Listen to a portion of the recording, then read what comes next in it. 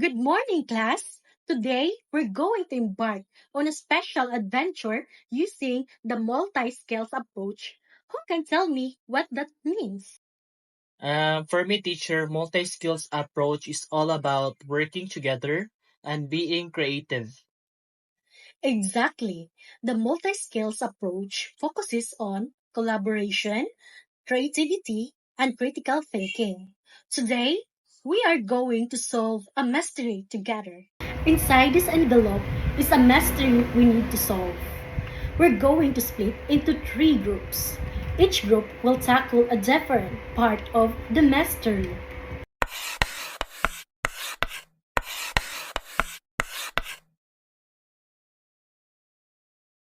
Okay, Tim, we need to gather all the clues we can find. Okay, let's write down them on the chart so we can see everything. Yes, and I can draw a map to show where each clue is located.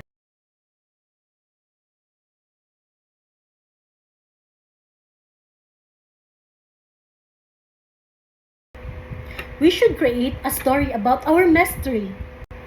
How about if we make a comic strip? That will be super fun.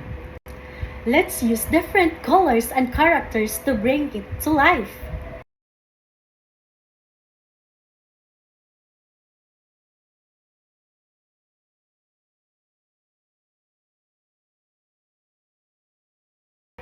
We need to find out how to solve this mystery using facts. Let's look up similar mysteries to see what others did. And we can create a list of questions that need answering.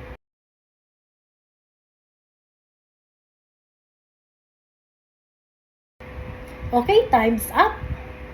Now, let's hear how each group contributed to solving our mystery.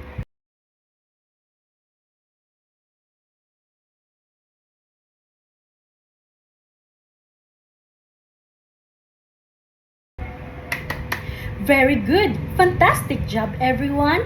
You all used collaboration, creativity, and critical thinking to solve our mystery together.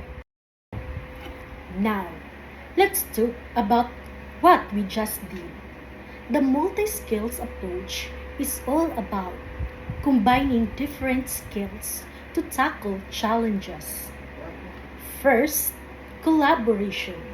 Collaboration means working together, sharing ideas, and supporting each other, just like how you gather clues as a team.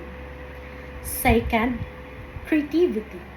Creativity means is about thinking outside the box, like making a comic strip. Instead of just writing a report, it allows to express ideas in a unique ways. Third, critical thinking. Critical thinking involves analyzing information, asking questions, and making informed decisions, as you did while researching similar mysteries. By using these skills together, you're not just learning content, you're becoming problem solvers and innovators. Remember, these skills are not just for today, they will help you throughout your lives. End of simulation.